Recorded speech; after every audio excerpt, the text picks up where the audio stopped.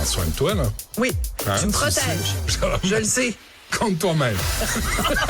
La rencontre du rocher du Trisac. Écoute, Benoît, quand je parle. Sophie, bonjour. Benoît, toi, comme auteur, est-ce que quand tu regardes ce qui se passe sur la scène littéraire, des auteurs dont les livres, quand ils font des lancements de livres, quand ils vont dans les librairies, sont l'objet d'harcèlement, d'intimidation, certains, dans certains cas, doivent être faits sous escorte policière, est-ce que comme auteur, ça t'inquiète? Oh, ça m'inquiète, ça me heurte. Ça te terrorise. Juste Salman Rushdie qui se fait poignarder parce qu'il vient parler d'un livre, d'un roman. Je trouve que c'est une période, une époque particulièrement dangereuse et débile. Alors, Frédéric Beigbeder, on aime ou on n'aime pas, auteur français qui s'est fait connaître en l'an 2000 avec la parution de son livre 99 francs, qui était une charge à fond de train sur le monde de la publicité dont il était lui-même issu. Donc, c'était très cynique, très ironique, extrêmement bien écrit. Frédéric Beigbeder, ça fait 23 ans qu'il écrit et c'est un personnage vraiment il a jamais caché et il en parle dans son livre, accro à la cocaïne, un osseur, un gars qui aime mélanger les petites pépettes avec le champagne, qui est toujours, tu sais, il y a un côté très dandy, très superficiel et en même temps d'une très grande profondeur. Moi, c'est un auteur que j'aime beaucoup. Alors, il vient de sortir un livre qui s'intitule Confession d'un hétérosexuel légèrement dépassé, dans lequel il règle ses comptes avec les woke et surtout avec certaines, je dis bien certaines, néo-féministes qui s'en sont prises à lui. Son livre commence, c'est une longue introduction, mais tu vas voir où je m'en vais. Moi, je trouve ça extrêmement grave. Son livre commence, il raconte que lui, il habite dans le Pays Basque maintenant, donc dans le sud de la France, et il est plus à Paris. Il raconte qu'à un moment donné, il y a des néo-féministes qui sont rentrés sur son terrain et qui ont tagué les murs de sa maison. Donc, qui ont pris des bonbonnes et qui ont tagué le mot viol. Un violeur habite ici, un ami des violeurs habite ici. En tout cas, bon, bref, ils sont rentrés sur son terrain pendant que lui, sa femme, ses enfants, dont un bébé de 6 mois, dormaient dans la maison. Donc, violation de domicile, atteinte à sa vie privée, diffamation, tout ça. Donc, il raconte ce livre-là pour répondre à une question de sa fille, parce que sa petite fille, quand elle a vu ça, a dit « Papa, pourquoi ils ont fait ça? Pourquoi il y a des gens qui t'aiment pas? Pourquoi? » Donc, il écrit ce livre pour répondre à une question de sa fille. Il sort son livre, OK? Ça fait beaucoup jaser en France. Il doit faire une rencontre avec les lecteurs dans une librairie de Bordeaux. La librairie Molla. La veille, vu que c'est annoncé, tout le monde sait que Beigbeder va être là, la veille, il y a encore une fois des néo-féministes qui taguent la devanture de la librairie. Donc, la même chose, tu sais, des citations qui l'associent à la culture du viol, comme quoi il perpétue la culture du viol. La librairie a rien demandé à personne. Ils se font taguer sur le truc. Donc, la librairie est inquiète. Exige qu'il y ait une escorte policière, ce que la police de Bordeaux leur accorde. Donc, t'imagines, on est en 2023. Beigbeder arrive à la librairie à Bordeaux sous escorte policière et évidemment, ce qui devait arriver arriva. Pendant qu'il a la rencontre avec les lecteurs, il y a, encore une fois, des jeunes néo-féministes qui l'interrompent, qui se mêlent à le harceler et à l'intimider. Et donc, c'est dans tout ce contexte-là que moi, je lis le livre.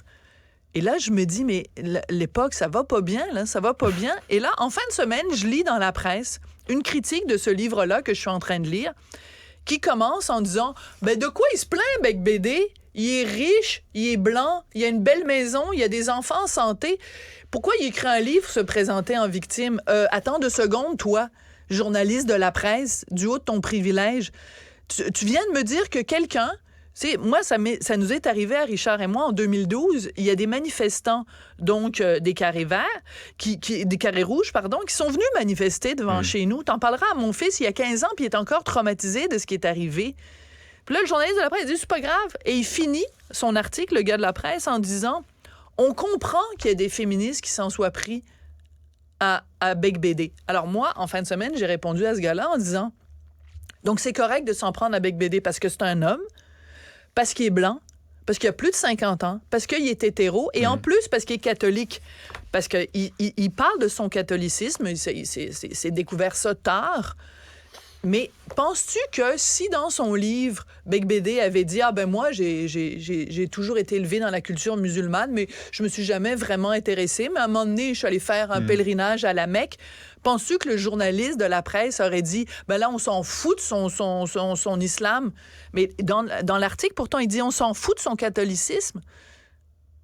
On est rendu là, Benoît, que dans un journal comme La Presse, quelqu'un qui banalise le fait, et le journaliste de La Presse nulle part mentionne que son lancement s'est fait sous escorte policière. C'est correct si c'est un homme blanc qui est hétéro, puis en plus, il est catho. Envoyez donc, il n'y a aucun problème. Et alors, je veux juste attirer... Donc, il donne raison à Beigbeder. Ben, exactement, merci, que t'es brillant, c'est pour ça que je t'aime. Attends, viens, je vais t'embrasser. Benoît... Je t'aime. Frédéric Beigbeder écrit un livre pour dire les woke sont rendus partout. C'est rendu complètement débile. On vit une époque de tarés. Et il y a un journaliste dans un journal au Québec qui lui donne raison en l'attaquant exactement. Beigbeder écrit un livre pour dire le nouveau racisme décide de s'en prendre aux hommes blancs hétéros de plus de 50 ans et encore plus s'ils sont cathos. Puis t'as un gars dans la presse qui écrit un article... Qui tombe dans le piège. Qui tombe totalement dans le piège. Je veux juste te raconter... C'est très drôle. C'est très drôle. Oui. À un moment donné, dans son livre, il dit, moi, toute ma vie, je croyais que je me fichais de mon catholicisme, mais en vieillissant, je me prosterne devant Jésus dans une chapelle gothique. Il dit que moi, quand je dis ça, je me fais traiter de réac, d'apôtre de l'intégrisme, de symbole de la bourgeoisie blanche conservatrice. Et il continue en disant « La cathophobie est un racisme parfaitement autorisé, voire encouragé en France. » J'ai des petites nouvelles pour vous, Beigbeder, au Québec aussi. Alors, c'est intéressant parce qu'il a donné une entrevue au magazine Le Point. Mais t'as l'impression qu'il met le doigt... Sur quelque chose, mais exactement. Mais sur le nerf en question. Là, sur le nerf en question. Ouais. Parce que si Beigbeder, au lieu de s'appeler Frédéric IC, s'était appelé Frédéric IQE. Mettons que Beigbeder est un petit peu basané. Mettons que Beigbeder aimait les hommes au lieu d'aimer les femmes. Et mettons, encore une fois, qu'il soit musulman au lieu d'être catholique. Qui célébrait la lecture du même livre, du même incident.